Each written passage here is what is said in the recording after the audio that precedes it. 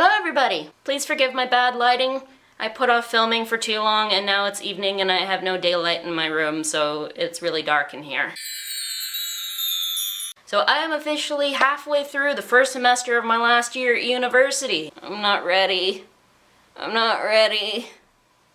I'm not ready. And oh my god, I'm so busy. I have so much work to do. And it's not even like I have a whole ton of papers or exams to write or anything. I have one exam and like 3 6-page papers, which once you're in your 4th year, that's easy. Mostly it's all the applied work I have to do. If you'll all kindly recall, this video blog is actually part of a school project that is also supposed to be bundled with the educational YouTube channel, and that's finally starting to come together, by the way. I've started filming, I filmed the first 3, I just have a little bit more stuff to go and some editing to do, and that'll be ready to post really soon. And I know I've been promising for like 5 months that I'm gonna post that really soon, but I really mean it, I'm gonna post it really soon. And then I also have to do some volunteer work for one of my short papers, and it's just kind of like, oh my god, everything's taking up my daylight hours. And of course then I just get so overwhelmed with everything I think I have to do all at once that I don't do anything. I just sit and watch Hank Green play Pikmin 3 at 2 times the speed all day. Yay! Look at them working in unison like little communists!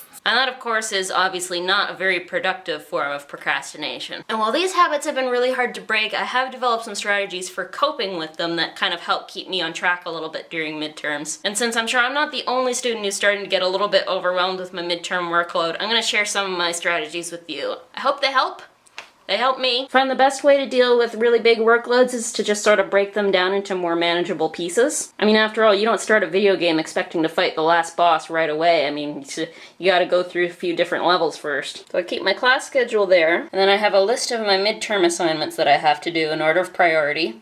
And by priority, I mean due date. There's my don't break the chain chart, which keeps me on track for working on my videos a little bit every day. Well, mostly anyway. As you can see, I've broken the chain a few times, but I try. It keeps me trying. And this little whiteboard is where I write my homework schedule for the week. This includes any errands I have to run, since I have to factor that time in as well. Basically, even if I only do a little bit of what I'm supposed to do on any given day, I still cross it off, because even a little bit of progress is better than no progress at all. Anything that hasn't been crossed off hasn't been done.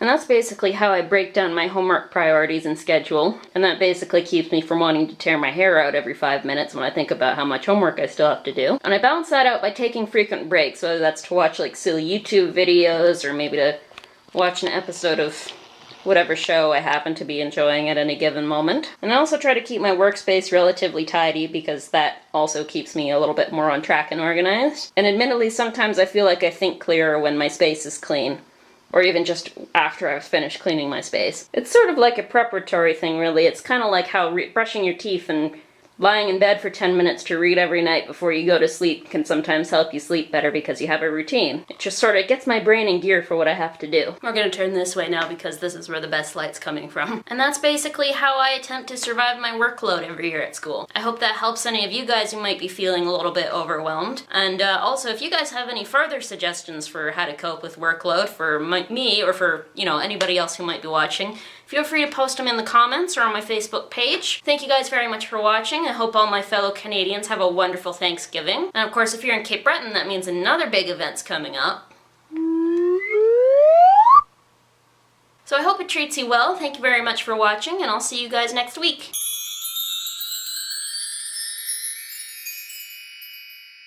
Mr. Burp is my only friend who isn't buried under mountains of homework.